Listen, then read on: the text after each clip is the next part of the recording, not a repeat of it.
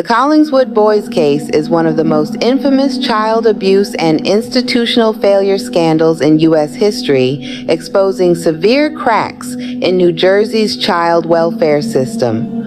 On October 10, 2003, a neighbor in Collingswood, New Jersey, called 911 at 3 a.m. after spotting a child rummaging through a garbage can for food.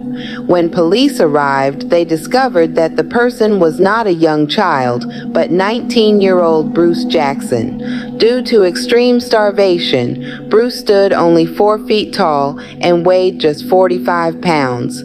Police initially mistook him for a 7-year-old. When authorities raided the home of his adoptive parents, Raymond and Vanessa Jackson, they uncovered 3 more adoptive brothers in equally horrific condition. Keith, Tre'Shawn, age 14, weighed 40 pounds, averages 115 pounds. Tyrone, Terrell, age 10, weighed 28 pounds, averages 70 pounds.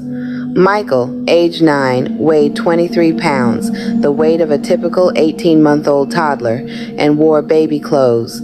The boys lived in a comfortable, tidy home alongside the Jacksons' 5 biological children, 2 adopted daughters, and a foster daughter. However, the 4 adopted boys were singled out for severe, systematic torture. The biological and female children were healthy, well-fed, and lived normal lives, while the 4 boys were hidden away.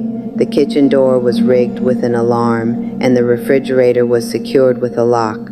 The boys were forced to stay in a stairwell or the basement for long hours and were severely beaten with brooms, sticks, and belt buckles. They were routinely denied meals, sometimes receiving only a cup of water for the day. To survive, the brothers resorted to eating uncooked pancake batter, raw oatmeal, wallboard, and window sills.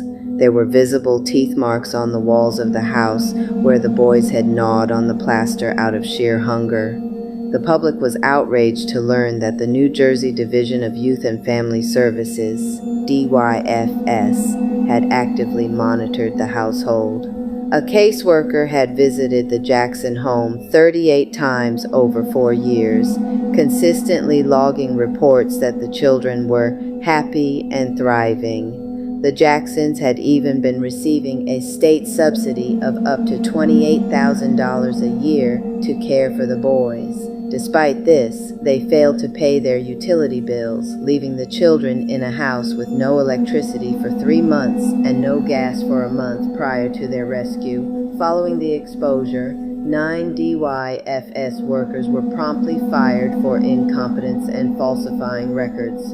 Raymond and Vanessa Jackson were arrested and indicted on 28 counts of aggravated assault and child endangerment. The couple boldly denied the abuse. They claimed that the boys arrived in their care with eating disorders, specifically genetic conditions like fetal alcohol syndrome and an eating disorder called rumination, and alleged that the boys starved themselves or lied. This defense was entirely dismantled by medical experts who noted that the boys collectively gained over 105 pounds within just 3 months of being fed normal food in state custody. Raymond Jackson died of a stroke in November 2004 at age 51 before he could face trial. Vanessa Jackson accepted a plea deal in 2005, pleading guilty to child endangerment. In February 2006, she was sentenced to 7 years in state prison. The landmark case prompted a massive court-ordered overhaul of New Jersey's broken foster care system. The state later paid the brothers a $12.5 million settlement, the largest of its kind in the history of New Jersey's Department of Human Services.